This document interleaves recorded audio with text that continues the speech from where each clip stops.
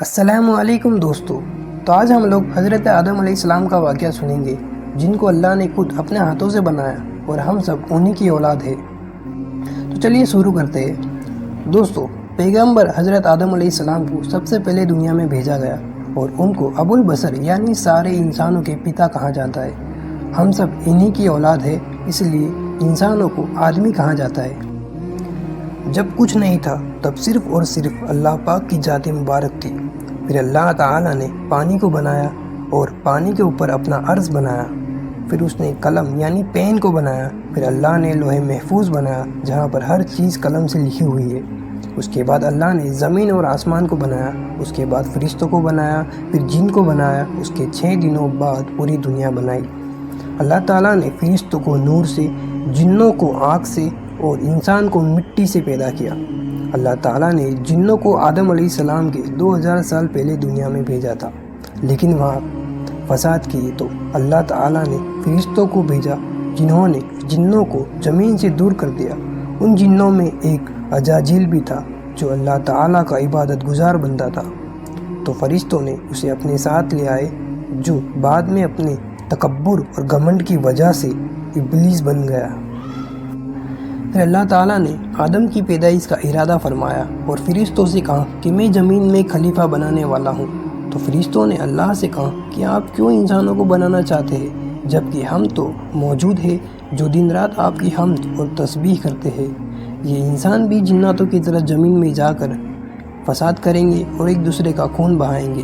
اللہ تعالیٰ نے کہا جو میں جانتا ہوں وہ تم نہیں جانتے، یعنی اللہ تعالیٰ انہیں کیوں بنا رہے ہیں یہ اللہ تعالیٰ کو پتہ تھا۔ اللہ تعالیٰ نے زمین سے مٹی منگوائی تو فرشتے پوری دنیا سے تھوڑی تھوڑی مٹی لے آئے۔ مٹی تھوڑی کالی، تھوڑی لال، تھوڑی براؤن تھی، اس لیے انسان کی شکل ہر طرح کی ہے۔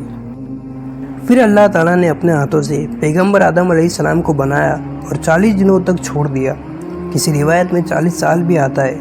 فرشتے اسے دیکھنے کے لیے آتے تھے۔ ابلیس بھی اپنے پیروں سے اس پتلے کو ٹھوکر مارتا اور کہتا میں تجھ پر غالب آ گیا تو تجھے ہلاک کر دوں گا، اور اگر تو میرا حاکم بن گیا تو میں تیری نافرمانی کروں گا۔ ایک بار ابلیس مردود نے بغض و کینے میں آ کر حضرت آدم علیہ السلام کے پتلے مبارک پر تھوک دیا۔ یہ تھوک حضرت آدم علیہ السلام کی ناف مبارک پر پڑی۔ اللہ تعالیٰ نے جبریل علیہ السلام کو حکم دیا کہ اس جگہ کی مٹی کو نکال کر مٹی کا کتا بنا دو، تو اس شیطانی تھوک سے ملی مٹی کا کتا بنا دیا گیا۔ یہ کتا گندا اس لیے کہ تھوک شیطان کی ہے، رات کو اس لیے جاگتا ہے کہ ہاتھ جبریل علیہ السلام کے لگے ہیں۔ جب آدم علیہ السلام کا پتلا پکا ہو گیا تو اللہ تعالیٰ نے اسے روح پھونکنے کا ارادہ فرمایا۔ اللہ تعالیٰ نے حکم دیا کہ جیسے ہی میں آدم علیہ السلام میں روح پھونکوں گا تم سب سجدہ کرنا۔ یہ سجدہ تعظیم تھا۔ اس سجدے کا حکم اللہ تعالیٰ نے اس لیے دیا تھا کہ سب کو پتہ چل جائے کہ آدم علیہ السلام کی حیثیت فرشتوں اور جنوں سے زیادہ ہے۔ جیسے ہی اللہ تعالیٰ نے روح پھونکی تو سارے فرشتوں نے سجدہ کیا سوائے ابلیس کے۔ اس نے اللہ کی نافرمانی کی اور سجدہ نہیں کیا۔ ابلیس ایک نیک اور بزرگ جن تھا۔ اس نے کبھی اللہ تعالیٰ کی نافرمانی نہیں کی تھی۔ وہ بہت عبادت گزار تھا، اس لیے اس کا مرتبہ فرشتوں میں بلند تھا۔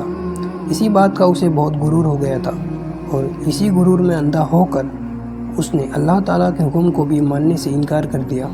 اللہ تعالیٰ نے اسے پوچھا کہ ابلیس تجھے کس چیز نے سجدہ کرنے سے روکا؟